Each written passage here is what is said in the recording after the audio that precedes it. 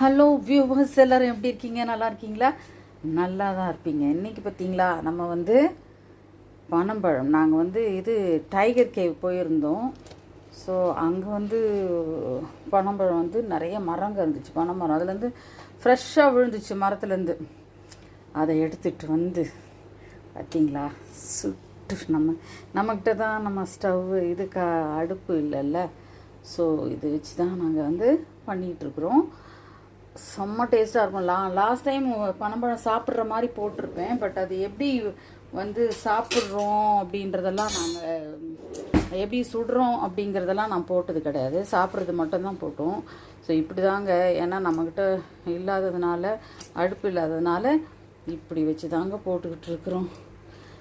இது திருப்பி விடணும். பெனிட்டா, திருப்பி விடணும் ஓகே.